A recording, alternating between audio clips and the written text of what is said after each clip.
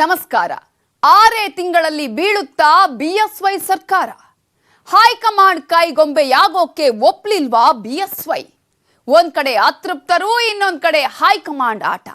ಇವೆಲ್ಲದಕ್ಕೂ ಉತ್ತರ ಕೊಡುವ ಪ್ರಯತ್ನವೇ ಈ ಹೊತ್ತಿನ focus 18 mid term election fix. ನಾನು ನವಿತಾ ಜೈನ್.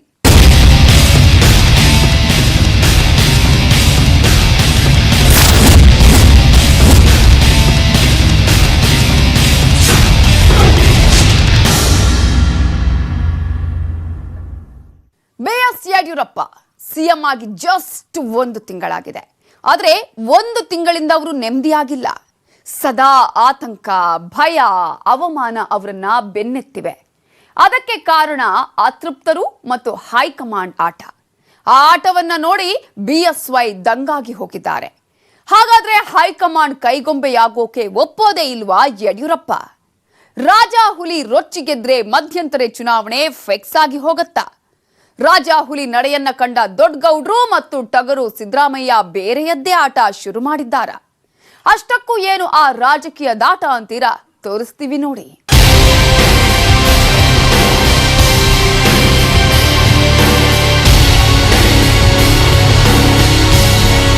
ಯಡಿಯೂರಪ್ಪನವ್ರ ಸರ್ಕಾರ ಬಹಳ ದಿನ ಇರ್ತದೆ ಅಂತ ನಂಬಿಕೆ ಇಲ್ಲ ಯಾರಿಗೂ.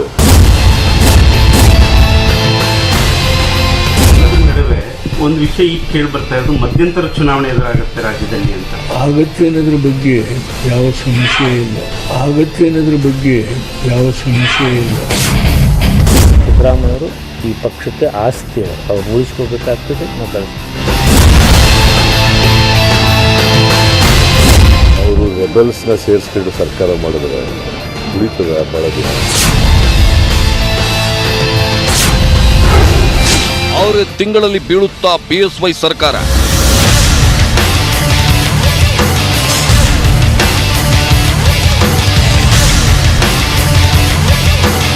ಹಾಲು ಕುಡಿದ ಮಕ್ಕಳೇ ಬದುಕೋದು ಕಷ್ಟ, ವಿಷ ಕುಡಿದ ಮಕ್ಕಳು ಬದುಕ್ತವೆ.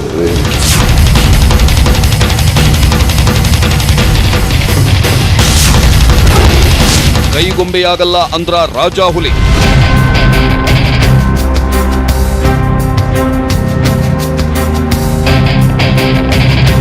ಡಿಸಿಎಂ ಮಾಡಬೇಕಾಗುತ್ತೆ. ಯಾರು ಏನು ಅಂತ ಅನ್ನೋದನ್ನು ಬೆಳಗ್ಗೆ ತೀರ್ಮಾನ.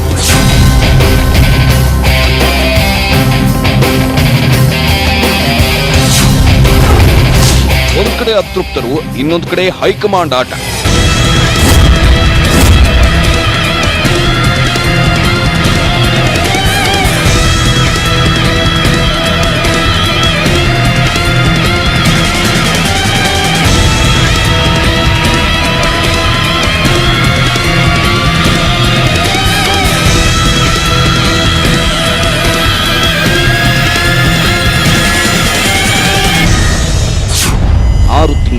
ಕೇವಲ 6 ತಿಂಗಳಲ್ಲಿ ಬೀಳುತ್ತಾ ಬಿಎಸ್ವೈ ಸರ್ಕಾರ. ಇಂಥದ್ದೊಂದು ಪ್ರಶ್ನೆ ಇದೀಗ ರಾಜ್ಯ ರಾಜಕಾರಣದಲ್ಲಿ ಅಲ್ಲೋಲ ಕಲ್ಲೋಲವನ್ನೇ ಸೃಷ್ಟಿಸುತ್ತಿದೆ. ಯಾಕಂದ್ರೆ ಕಾಂಗ್ರೆಸ್ ಜೆಡಿಎಸ್ ಮೈತ್ರಿ ಸರ್ಕಾರದ ಪತನಕ್ಕೆ ಕಾರಣವಾದ ಅತೃಪ್ತ ಶಾಸಕರು ಬಿಎಸ್ವೈ ಸರ್ಕಾರಕ್ಕೂ ಕಂಟಕವಾಗಿ ಕಾಡುತ್ತಿದ್ದಾರೆ. 17 ಸಚಿವರಿಗೆ ಖಾತೆ ಹಂಚಿಕೆ ಫೈನಲ್ ಆದ ಬೆನ್ನಲ್ಲೇ ಮಂತ್ರಿ ಪಟ್ಟ ಸಿಗದ ಅತೃಪ್ತರ ಅಸಮಾಧಾನ ಭುಗಿಲೆದ್ದಿದೆ. ಅದು ಕೊತ ಕುದೀತಿದೆ. ಅಷ್ಟೇ ಅಲ್ಲ, ಅತೃಪ್ತ ಶಾಸಕರ ಎದೆಯಲ್ಲಿ ಧಗಧಗಿಸ್ತಿರೋ ಬೆಂಕಿ ನೇರವಾಗಿ ಬಿಎಸ್ವೈ ಬುಡಕ್ಕೆ ಬಂದು ಬೀಳೋ ಸಾಧ್ಯತೆ ಇದೆ.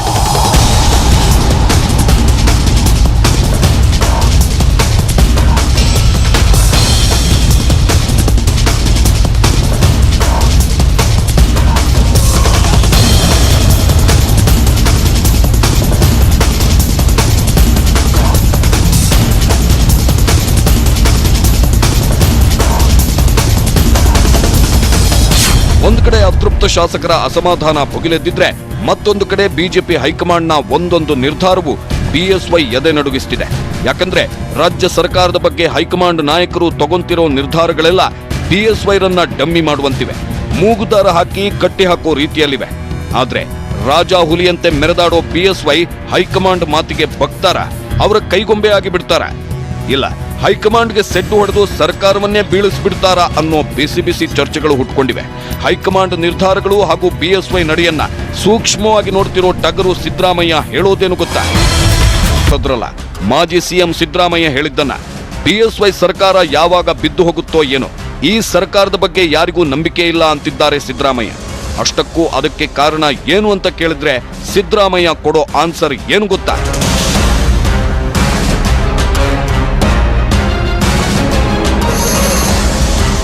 ಅವರು ರೆಬೆಲ್ಸ್ನ ಸೇರಿಸ್ಕೊಂಡು ಸರ್ಕಾರ ಮಾಡಿದ್ರೆ ಉಳಿತದ ಭಾಳ ದಿನ? ಹಾಲು ಕುಡಿದ ಮಕ್ಕಳೇ ಬದುಕೋದು ಕಷ್ಟ, ವಿಷ ಕುಡಿದ ಮಕ್ಕಳು ಬದುಕ್ತದೇನ್ರಿ? ಇವರು JDSನವ್ರನ್ನ ಕಾಂಗ್ರೆಸ್ಸನ್ನ ಕರ್ಕೊಂಡು ಸರ್ಕಾರ ಮಾಡಿದ್ರೆ ಎಷ್ಟು ದಿನ ಇರೋಕ್ಕಾಗುತ್ತೆ? ಐ ಡೋಂಟ್ ಥಿಂಕ್ 1 ವರ್ಷ ಇದ್ದರೆ ಅದೇ ಹೆಚ್ಚು. ಹಾಗಾದ್ರೆ 1 ವರ್ಷನೂ ಉಳಿಯಲ್ವಾ BSY ಸರ್ಕಾರ? ಯಡಿಯೂರಪ್ಪನವರೇ ಬೇಸತ್ತು ಸರ್ಕಾರ ಬೀಳಿಸ್ತಾರ. ಇನ್ನು ಕೇವಲ 6 ತಿಂಗಳಲ್ಲಿ ರಾಜ್ಯದಲ್ಲಿ ಮಧ್ಯಂತರ ಚುನಾವಣೆ ನಡೆಯುತ್ತೆ. ಇದಕ್ಕೆ ರಾಜಾಹುಲಿ ಪ್ಲಾನ್ ಏನು? ಬಿಜೆಪಿ ಹೈಕಮಾಂಡ್ ಲೆಕ್ಕಾಚಾರ ಏನು? ಟಗರು ಸಿದ್ದರಾಮಯ್ಯ ಮತ್ತು ದೊಡ್ಡಗೌಡರ ರಣತಂತ್ರ ಹೇಗಿದೆ ಅನ್ನೋದನ್ನ ಎಳೆಯಾಗಿ ಬಿಚ್ಚಿಡ್ತೀವಿ. ಆದ್ರೆ ಅದಕ್ಕಿಂತ ಮೊದಲು BSY ಸಂಪುಟ ಸೇರಿದ 17 ಮಂದಿ ಸಚಿವರಿಗೆ ಯಾವ್ಯಾವ ಖಾತೆ ಫೈನಲ್ ಆಗಿದೆ, ಖಾತೆ ಫೈನಲ್ ಆಗಿದ್ರಿಂದ ಎದ್ದಿರೋ ಅಸಮಾಧಾನ ಏನು ಅನ್ನೋದನ್ನ ತೋರಿಸ್ತೀವಿ ನೋಡಿ.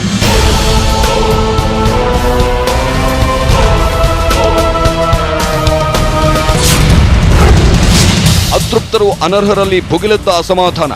ರಾಜ್ಯದಲ್ಲಿ ಬಿಜೆಪಿ ಸರ್ಕಾರ ಅಸ್ತಿತ್ವಕ್ಕೆ ಬರೋಕೆ ಪ್ರಮುಖ ಕಾರಣ ಕಾಂಗ್ರೆಸ್ ಮತ್ತು JDSನಿಂದ ಅನರ್ಹಗೊಂಡಿರೋ ಶಾಸಕರು. ಇವರಿಗೆ BSY ಪ್ರಭಾವಿ ಖಾತೆಗಳನ್ನು ಕೊಡೋದಾಗಿ ಭರವಸೆ ಕೊಟ್ಟಿದ್ರಂತೆ. ಆದ್ರೀಗ ಖಾತೆ ಹಂಚಿಕೆ ಫೈನಲ್ ಆಗಿದ್ದು ಪ್ರಭಾವಿ ಖಾತೆಗಳು 17 ಸಚಿವರ ಪಾಲಾಗಿವೆ. ಇದರಿಂದ ಅನರ್ಹ ಶಾಸಕರ ಪಿತ್ತ ನೆತ್ತಿಗೇರಿದೆ.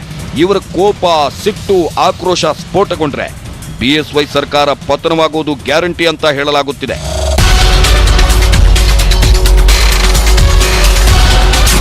ಅನರ್ಹ ಶಾಸಕರ ಜೊತೆಗೆ ಬಿಜೆಪಿಯಲ್ಲೂ ಅತೃಪ್ತರ ಶಾಸಕರ ಪಟ್ಟಿ ಕೂಡ ದೊಡ್ಡದಿದೆ. ಅದರಲ್ಲಿ ಉಮೇಶ್ ಕತ್ತಿ, ಅರವಿಂದ್ ಲಿಂಬಾವಳಿ, ತಿಪ್ಪಾರೆಡ್ಡಿ, ರಾಜುಗೌಡ ಸೇರಿದಂತೆ 20ಕ್ಕೂ ಹೆಚ್ಚು ಶಾಸಕರು ಕೊತ ಅಂತಿದ್ದಾರೆ. ಅದರಲ್ಲೂ ಬೆಳಗಾವಿ ಭಾಗದಲ್ಲಿ ಚುನಾವಣೆಯಲ್ಲಿ ಸೋತಿರೋ ಸವದಿಗೆ ಮಂತ್ರಿ ಪಟ್ಟ ಸಿಕ್ಕಿರೋದಕ್ಕೆ ಉಮೇಶ್ ಕತ್ತಿ BSY ಮೇಲೆ ಕತ್ತಿ ಮಸೀತಿದ್ದಾರೆ. ಆದ್ರೆ BSY ಮಾತ್ರ ತಮ್ಮನ್ನೇ ನಂಬಿಕೊಂಡಿರೋ ಅತೃಪ್ತರು ಮತ್ತು ಅನರ್ಹರಿಗೆ ಪ್ರಭಾವಿ ಖಾತೆ ಇರಲಿ, ಸಾಮಾನ್ಯ ಖಾತೆ ಒದಗಿಸಿಕೊಡೋಕು ಪರದಾಡ್ತಿದ್ದಾರೆ. ಯಾಕಂದ್ರೆ ರಾಜ್ಯದಲ್ಲಿ BSY CM ಆಗಿದ್ರೂ ಇವರ ಕೈಯಲ್ಲಿ ಪವರ್ ಇಲ್ಲ. ಯಾವುದೇ ಪ್ರಮುಖ ನಿರ್ಧಾರಗಳನ್ನ ತಗೋಬೇಕಾದ್ರೂ ಹೈಕಮಾಂಡ್ ನಾಯಕರಿಂದ ಪರ್ಮಿಷನ್ ತಗೋಬೇಕು. ಸಿಂಪಲ್ ಆಗಿ ಹೇಳಬೇಕು ಅಂದ್ರೆ ರಾಜ್ಯ ಸರ್ಕಾರದ ರಿಮೋಟ್ ಕಂಟ್ರೋಲ್ ಬಿಜೆಪಿ ಹೈಕಮಾಂಡ್ ನಾಯಕರ ಕೈಯಲ್ಲಿದೆ. ಅವರು ಆಡಿಸಿದಂತೆ BSY ಆಡಬೇಕಾಗಿದೆ. ಇದರಿಂದ BSY ಅಡಕತ್ತರಿಯಲ್ಲಿ ಸಿಲುಕಿದ್ದಾರೆ.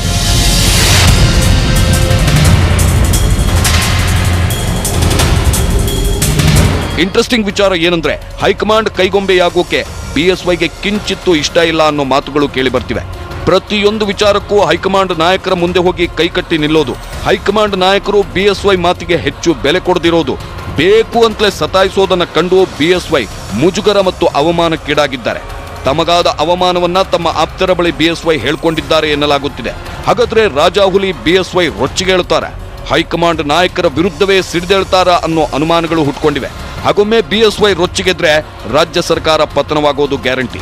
ಕೇವಲ 6 ತಿಂಗಳಲ್ಲಿ ಮಧ್ಯಂತರ ಚುನಾವಣೆ ಎದುರಾಗೋದು ಕೂಡ ಪಕ್ಕಾ ಅನ್ನೋ ರಾಜಕೀಯ ವಿಶ್ಲೇಷಣೆಗಳಿವೆ. ಇದೆಲ್ಲವನ್ನು ಮೊದಲೇ ಊಹಿಸಿರೋ ಸಿದ್ದರಾಮಯ್ಯ BSY ವಿಶ್ವಾಸಮತ ಸಾಬೀತು ಮಾಡಿದ ದಿನವೇ ನಿಮಗೆ ಸ್ಥಿರ ಸರ್ಕಾರ ಕೊಡೋಕೆ ಆಗುತ್ತಾ ಅಂತ ಪ್ರಶ್ನಿಸಿದ್ರು. ಅವತ್ತು ಸಿದ್ದರಾಮಯ್ಯ ಏನಂದಿದ್ರು ಅನ್ನೋದನ್ನ ತೋರಿಸ್ತೀವಿ ನೋಡಿ.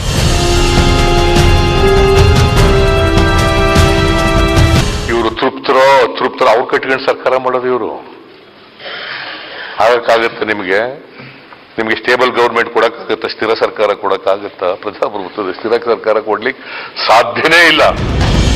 BSY ಹೈಕಮಾಂಡ್ ಒಪ್ಪಿಗೆ ಸಹಕಾರ ಇಲ್ಲದೆಯೇ ಮೈತ್ರಿ ಸರ್ಕಾರವನ್ನ ಕೆಡವಿದ್ರು. ಇದು ಸಹಜವಾಗಿಯೇ ಹೈಕಮಾಂಡ್ ನಾಯಕರ ಕೋಪಕ್ಕೂ ಕಾರಣವಾಗಿತ್ತು ಎನ್ನಲಾಗುತ್ತೆ. ಕಾಂಗ್ರೆಸ್ JDSನಿಂದ ಅನರ್ಹಗೊಂಡ ಶಾಸಕರು ಪಕ್ಷಕ್ಕೆ ಸೇರ್ಪಡೆಯಾದ್ರೂ ಅವರನ್ನ ನಂಬಿಕೊಂಡು ಸ್ಥಿರ ಸರ್ಕಾರ ಕೊಡೋದು ಅಸಾಧ್ಯ ಅನ್ನೋ ಭಾವನೆ ಹೈಕಮಾಂಡ್ ನಾಯಕರಿಗೂ ಗೊತ್ತು. ಹೀಗಾಗಿನೇ BSYರ ಪ್ರತಿ ನಡೆಯನ್ನ ಹೈಕಮಾಂಡ್ ನಾಯಕರು ಅನುಮಾನದಿಂದ ನೋಡ್ತಿರೋದು. ಅನರ್ಹ ಶಾಸಕರ ಕಾನೂನು ಹೋರಾಟ, ಖಾತೆ ಹಂಚಿಕೆ, ರಾಜ್ಯಾಧ್ಯಕ್ಷ ಹುದ್ದೆ ವಿಚಾರದಲ್ಲೂ ಹೈಕಮಾಂಡ್ ನಾಯಕರು ಅಳೆದು ತೂಗಿ ನಡ್ಕೊಂತಿರೋದು. ಯಡಿಯೂರಪ್ಪನವರಿಗೆ ಎಷ್ಟು ಸಾಧ್ಯವೋ ಅಷ್ಟು ಮೂಗುದಾರ ಹಾಕೋಕೆ ಯತ್ನಿಸ್ತಿರೋದು ಅನ್ನೋ ಮಾತುಗಳು ಕೇಳಿ ಬರ್ತಿವೆ.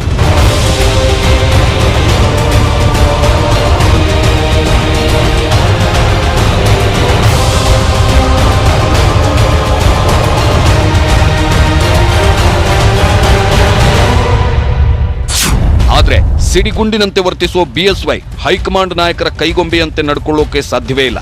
ಅವರ ಕೋಪದ ಕಟ್ಟೆ ಇವತ್ತಲ್ಲ ನಾಳೆ ಒಡೆಯುತ್ತೆ. ಆಗ ಅವರು ಹೈಕಮಾಂಡ್ ನಾಯಕರ ವಿರುದ್ಧವೇ ಜ್ವಾಲಾಮುಖಿಯಂತೆ ಸಿಡಿದ್ರೂ ಅಚ್ಚರಿಯಿಲ್ಲ. ಆಗ ಸರ್ಕಾರ ಉರುಳಿ ಬಿದ್ದು ಮಧ್ಯಂತರ ಚುನಾವಣೆ ಎದುರಾಗೋದು ಪಕ್ಕಾ ಅನ್ನೋ ವಿಶ್ಲೇಷಣೆಗಳಿವೆ. ಇದೇ ಕಾರಣಕ್ಕೆ ಮಾಜಿ ಸಿಎಂ ಸಿದ್ದರಾಮಯ್ಯ ಮಧ್ಯಂತರ ಚುನಾವಣೆಗೆ ಸಿದ್ಧರಾಗ್ತಿರೋದು, ಪಕ್ಷವನ್ನ ಬಲಪಡಿಸೋಕೆ ಮುಂದಾಗಿರೋದು. ಪಕ್ಷ ಬಲಪಡಿಸಿ ಅಂತ ಹೇಳಿದ್ದೀನಿ. ಪಕ್ಷ ಬಲಪಡಿಸ್ಬೇಕಲ್ವಾ? ಪಕ್ಷ ಬಲಪಡಿಸಿ ಚುನಾವಣೆ ಯಾವಾಗಲಾದ್ರೂ ಬರ್ಬೋದು. ಯಾಕಂದರೆ ಯಡಿಯೂರಪ್ಪನವ್ರ ಸರ್ಕಾರ ಭಾಳ ದಿನ ಇರ್ತದೆ ಅಂತ ನಂಬಿಕೆ ಇಲ್ಲ ಯಾರಿಗೂ. ಯಾವಾಗಲಾದ್ರೂ ಬರ್ತದೆ ಚುನಾವಣೆ ತಯಾರಾಗಿ. ಸಿದ್ದರಾಮಯ್ಯನವರಷ್ಟೇ ಅಲ್ಲ, ಜೆಡಿಎಸ್ ವರಿಷ್ಠ ದೇವೇಗೌಡರು ಕೂಡ ರಾಜ್ಯದಲ್ಲಿ ಮಧ್ಯಂತರ ಚುನಾವಣೆ ಯಾವಾಗ ಬೇಕಾದರೂ ಎದುರಾಗಬಹುದು ಅಂತ ಈ ಹಿಂದೆಯೇ ಭವಿಷ್ಯ ನುಡಿದಿದ್ರು.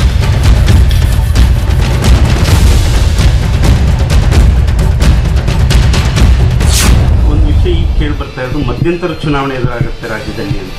ಆಗತ್ತೆ ಅನ್ನೋದ್ರ ಬಗ್ಗೆ ಯಾವ ಸಮಸ್ಯೆ ಇಲ್ಲ. ಆಗತ್ತೆ ಅನ್ನೋದ್ರ ಬಗ್ಗೆ ಯಾವ ಸಮಸ್ಯೆ ಇಲ್ಲ. ಬಿಎಸ್ವೈ ಸರ್ಕಾರದಲ್ಲಿ ಆಗ್ತಿರೋ ಭೂಕಂಪ, ಜ್ವಾಲಾಮುಖಿ, ಮಹಾಪ್ರಳಯಗಳನ್ನು ನೋಡಿ ಪ್ರತಿಪಕ್ಷಗಳು ಎಚ್ಚೆತ್ತುಕೊಂಡಿವೆ. ಒಂದು ಕಡೆ ಸಿದ್ದರಾಮಯ್ಯ ಪಕ್ಷ ಬಲಪಡಿಸುವ ಸಲುವಾಗಿ ಉತ್ತರ ಕರ್ನಾಟಕದತ್ತ ಮುಖ ಮಾಡಿದ್ದಾರೆ.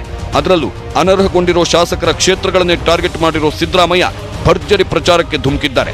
ಇತ್ತ ಜೆಡಿಎಸ್ ವರಿಷ್ಠ ದೇವೇಗೌಡರು ಕೂಡ ಪಕ್ಷ ಸಂಘಟನೆ ಮತ್ತು ಚುನಾವಣಾ ಪ್ರಚಾರಕ್ಕೆ ಸದ್ದಿಲ್ಲದೆ ಸಿದ್ಧತೆ ಮಾಡಿಕೊಂತಿದ್ದಾರೆ. ಮಧ್ಯಂತರ ಚುನಾವಣೆ ಎದುರಾದ್ರೆ ಏನು ಮಾಡಬೇಕು ಅನ್ನೋ ಚರ್ಚೆಗಳನ್ನ ಮಾಡ್ತಿದ್ದಾರೆ.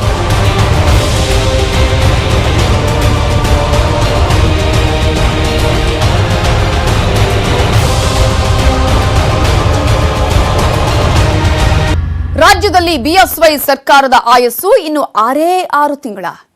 ಇದರ ಮುನ್ಸೂಚನೆ ಸಿಕ್ಕಿದ್ರಿಂದಾನೇ ಕಾಂಗ್ರೆಸ್ ಜೆಡಿಎಸ್ ಪಕ್ಷಗಳು ಅಲರ್ಟ್ ಆಗಿವೆಯಾ? ಹಾಗಾದ್ರೆ ಮಧ್ಯಂತರ ಚುನಾವಣೆಗೆ ಗುರು ಶಿಷ್ಯರು ಹೇಗ್ ರೆಡಿ ಆಗ್ತಿದ್ದಾರೆ?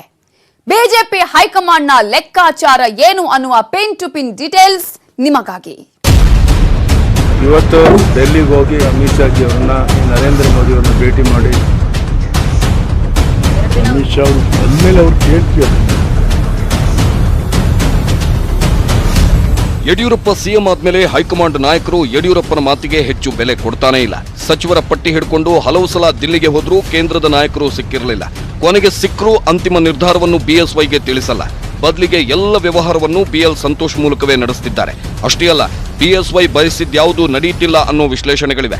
ನಿಮ್ಗೆ ಗೊತ್ತಿದೆಯೋ ಇಲ್ವೋ, ಸಂಪುಟ ವಿಸ್ತರಣೆ, ಖಾತೆ ಹಂಚಿಕೆ, ರಾಜ್ಯಾಧ್ಯಕ್ಷ ಸ್ಥಾನ, ಸ್ಪೀಕರ್ ಹುದ್ದೆ ಮತ್ತು ಡಿಸಿಎಂ ಹುದ್ದೆ, ಹೀಗೆ ಎಲ್ಲ ವಿಚಾರಗಳಲ್ಲೂ ಬಿಜೆಪಿ ಹೈಕಮಾಂಡ್ ನಾಯಕರು ಬಿಎಸ್ವೈ ಮಾತಿಗೆ ಹೆಚ್ಚು ಮನ್ನಣೆ ಕೊಡ್ತಿಲ್ಲ. ಹಾಗಾದ್ರೆ ಬಿಎಸ್ವೈ ಸೈಡ್ ಲೈನ್ ಆಗಿ ಹೋಗ್ತಾರ?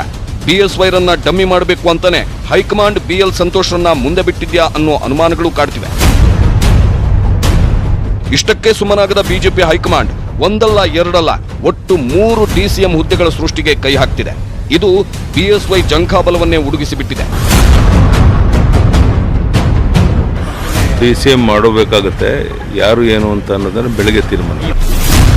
ಡಿಸಿಎಂ ಹುದ್ದೆಗಳ ಸೃಷ್ಟಿ ವಿಚಾರ ಹೊರಬಿದ್ದಿದ್ದೇ ತಡ ಬಿಎಸ್ವೈ ಫುಲ್ ಥಂಡ ಹೊಡೆದಿದ್ದಾರೆ. ನನ್ನ ಡಮ್ಮಿ ಮಾಡಿಬಿಡ್ತಾರಲ್ಲ ಅಂತ ಕಂಗಾಲಾಗಿ ಹೋಗಿದ್ದಾರೆ ಎನ್ನಲಾಗ್ತಿದೆ.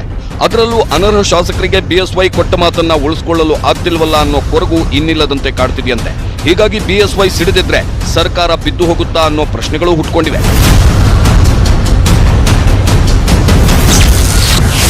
ಬಿಜೆಪಿ ಹೈಕಮಾಂಡ್ ಲೆಕ್ಕಾಚಾರ ಏನು? 6 ತಿಂಗಳಿಗೆ ಮುಗಿಯುತ್ತಾ ಸರ್ಕಾರದ ಆಯಸ್ಸು. ಸದ್ಯ ಕರ್ನಾಟಕ ರಾಜ್ಯದ ರಾಜಕೀಯವನ್ನ ತುಂಬಾ ಸೂಕ್ಷ್ಮವಾಗಿ ಗಮನಿಸುತ್ತಿರೋ ಕೇಂದ್ರ ಬಿಜೆಪಿ ನಾಯಕರು ಬೇರೆಯದ್ದೇ ಲೆಕ್ಕಾಚಾರ ಹಾಕಿದ್ದಾರೆ. ಅತೃಪ್ತರು ಅನರ್ಹರನ್ನ ಕಟ್ಕೊಂಡು ರಚನೆಯಾಗಿರೋ ಬಿಎಸ್ವೈ ಸರ್ಕಾರ ಹೆಚ್ಚು ದಿನ ಇರಲ್ಲ. 1 ವರ್ಷದ ನಂತರ ಈ ಸರ್ಕಾರ ಪತನವಾಗಿ ಮಧ್ಯಂತರ ಚುನಾವಣೆ ಎದುರಾದ್ರೆ ಆಡಳಿತ ವಿರೋಧಿ ಅಲೆ ಎದ್ದು ಬಿಜೆಪಿಗೆ ಸೋಲಾಗಬಹುದು ಅನ್ನೋ ರಾಜಕೀಯ ವಿಶ್ಲೇಷಣೆಗಳಿವೆ. ಹೀಗಾಗಿ ಬಿಎಸ್ವೈ ಸರ್ಕಾರವನ್ನ ವಿಸರ್ಜಿಸಿ ಮಧ್ಯಂತರ ಚುನಾವಣೆಗೆ ಹೋಗೋ ಪ್ಲಾನ್ ಮಾಡಿದ್ಯಂತೆ ಹೈಕಮಾಂಡ್. ಅಷ್ಟೇ ಅಲ್ಲ, 2020 ಫೆಬ್ರವರಿಯಲ್ಲಿ ಮಹಾರಾಷ್ಟ್ರ ವಿಧಾನಸಭೆಗೆ ಎಲೆಕ್ಷನ್ ನಡೆಯಲಿದೆ. ಅದರ ಜೊತೆಗೆ ಕರ್ನಾಟಕ ಅಸೆಂಬ್ಲಿಗೂ ಚುನಾವಣೆ ನಡೆಸೋ ಲೆಕ್ಕಾಚಾರ ನಡೆದಿದೆ ಎನ್ನಲಾಗುತ್ತಿದೆ. ಬಿಜೆಪಿ ಹೈಕಮಾಂಡ್ನ ಈ ಲೆಕ್ಕಾಚಾರವನ್ನ ಅರಿತಿರೋ ಟಗರು ಸಿದ್ದರಾಮಯ್ಯ ಮತ್ತು ದೇವೇಗೌಡರು ಮಧ್ಯಂತರ ಚುನಾವಣೆಗೆ ಸದ್ದಿಲ್ಲದೆ ಸಿದ್ಧತೆ ಮಾಡಿಕೊಳ್ಳುತ್ತಿದ್ದಾರೆ. ಜಂಟಿಯಾಗಿ ಚುನಾವಣೆಗೆ ಹೋದ್ರೆ ಲೋಕಸಭಾ ಚುನಾವಣೆಯಲ್ಲಿ ಎದುರಾದ ಸೋಲು ಮತ್ತೊಂದು ಸಲ ಎದುರಾಗಬಹುದು ಅಂತ ಭಾವಿಸಿರೋದ್ರಿಂದ ದೋಸ್ತಿಗೆ ಎಳ್ಳು ನೀರು ಬಿಟ್ಟಿದ್ದಾರೆ ಅನ್ನೋ ವಿಶ್ಲೇಷಣೆಗಳಿವೆ. ಇದೇ ಕಾರಣಕ್ಕೆ ಒಬ್ಬರ ಮೇಲೊಬ್ಬರು ಆರೋಪ ಪ್ರತ್ಯಾರೋಪಗಳನ್ನ ಮಾಡ್ಕೊಂತಿದ್ದಾರೆ ಅನ್ನೋ ವಿಶ್ಲೇಷಣೆಗಳಿವೆ. ಸಿದ್ದರಾಮಯ್ಯವ್ರಿಗೂ ಕುಮಾರಸ್ವಾಮಿಗೂ ಮೊದಲಿಂದಲೂ ತಿಕ್ಕಾಡ್ಗಳಿತ್ತು. ಈಗ ಅವರೇ ಹೇಳ್ಕೊತಾರೆ ನೀವೇ ತೆಗಿಬೇಕು ಅಂತ ಕಳಿಸಿದ್ರಿ ಅಂತ. ನಾನೇನು ಹೇಳಕ್ಕೆ ಹೋಗಲ್ಲ, ಅವರ ಆತ್ಮೀಯರಾದ ಸ್ನೇಹಿತರುಗಳೇ ಹೇಳಿದ್ದಾರೆ. ಸಮ್ಮಿಶ್ರ ಸರ್ಕಾರ ಬೀಳಿಸ್ಲಿಕ್ಕೆ ಪ್ರಯತ್ನ ಮಾಡೋ ಅಂತ ನೀಚ ರಾಜಕಾರಣ ನಾನು ಮಾಡೋನಲ್ಲ ಯಾವಾಗಲೂ. ಅದೇನಿದ್ರು ದೇವೇಗೌಡರು ಅವ್ರ ಮಕ್ಕಳದು ಅವ್ರದ್ದು ಹುಟ್ಟುಗುಣ. ಅದು ದೇವೇಗೌಡ ಮತ್ತು ಅವ್ರ ಮಕ್ಕಳದು ಹುಟ್ಟುಗುಣ. ಕೆಲ ವಿಶ್ಲೇಷಣೆಗಳ ಪ್ರಕಾರ ದೇವೇಗೌಡರು ಮತ್ತು ಸಿದ್ದರಾಮಯ್ಯ ತಮ್ಮ ತಮ್ಮ ಪಕ್ಷ ಸಂಘಟನೆಗೆ ಮುಂದಾಗಿದ್ದಾರೆ. ಇದೇ ಕಾರಣಕ್ಕೆ 15 ತಿಂಗಳ ದೋಸ್ತಿಗೆ ಎಳ್ಳು ನೀರು ಬಿಟ್ಟಿದ್ದಾರೆ. ಇನ್ನು ಕೇವಲ 6 ತಿಂಗಳಿಗೆ ಮಧ್ಯಂತರ ಚುನಾವಣೆ ಎದುರಾದ್ರೆ ಕಾಂಗ್ರೆಸ್ ಮತ್ತು ಜೆಡಿಎಸ್ ಪಕ್ಷಗಳು ಪ್ರತ್ಯೇಕವಾಗಿ ಅಖಾಡಕ್ಕಿಳಿದು ಬಿಜೆಪಿಗೆ ಟಫ್ ಫೈಟ್ ಕೊಡೋಕೆ ಸಿದ್ಧತೆ ಮಾಡಿಕೊಂಡಿವೆ. ಇದೇ ಕಾರಣಕ್ಕೆ ಮಾಜಿ ಸಿಎಂ ಸಿದ್ದರಾಮಯ್ಯ ಉತ್ತರ ಕರ್ನಾಟಕದ ಹಲವು ಜಿಲ್ಲೆಗಳಿಗೆ ಭೇಟಿ ನೀಡಿ ಬರ ಪರಿಹಾರ, ಜನರ ಸಮಸ್ಯೆಗಳನ್ನು ಆಲಿಸುತ್ತಿದ್ದಾರೆ. ಆ ಮೂಲಕ 6 ತಿಂಗಳೊಳಗೆ ಪಕ್ಷ ಸಂಘಟಿಸಿ ಚುನಾವಣೆಯಲ್ಲಿ ಗೆದ್ದು ಪಕ್ಷವನ್ನ ಅಧಿಕಾರಕ್ಕೆ ತರೋ ಗುರಿ ಇಟ್ಕೊಂಡಿದ್ದಾರೆ. ಅಷ್ಟೇ ಅಲ್ಲ, ಟಗರು ಸಿದ್ದರಾಮಯ್ಯ ಮತ್ತೊಮ್ಮೆ ಸಿಎಂ ಹುದ್ದೆ ಮೇಲೆ ಕಣ್ಣಿಟ್ಟಿದ್ದಾರೆ ಅನ್ನೋ ರಾಜಕೀಯ ವಿಶ್ಲೇಷಣೆಗಳಿವೆ. ಅದೇನೇ ಇರಲಿ, ಇನ್ನು ಕೇವಲ 6 ತಿಂಗಳಲ್ಲಿ ಬಿಎಸ್ವೈ ಸರ್ಕಾರ ಬೀಳುತ್ತೆ ಅನ್ನೋ ಮಾತುಗಳು ಹರಿದಾಡ್ತಿದ್ದು, ಮಧ್ಯಂತರ ಚುನಾವಣೆಗೆ ಕಾಂಗ್ರೆಸ್ ಮತ್ತು ಜೆಡಿಎಸ್ ಪಕ್ಷಗಳು ಸದ್ದಿಲ್ಲದೆ ಸಿದ್ಧತೆ ನಡೆಸುತ್ತಿವೆ.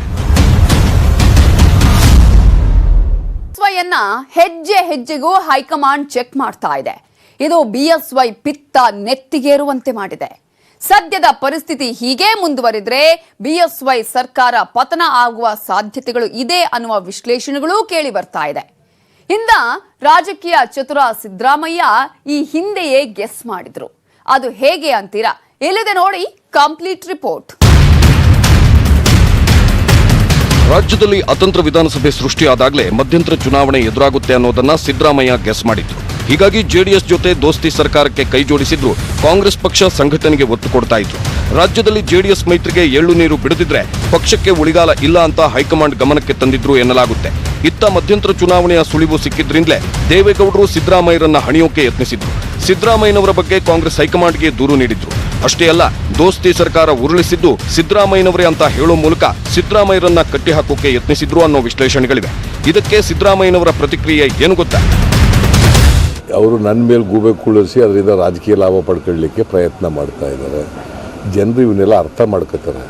ಜನರಿಗೆ, ಕರ್ನಾಟಕದ ಜನರು ಇದಾರಲ್ಲ, ರಾಜಕೀಯವಾಗಿ ಪ್ರಬುದ್ಧ.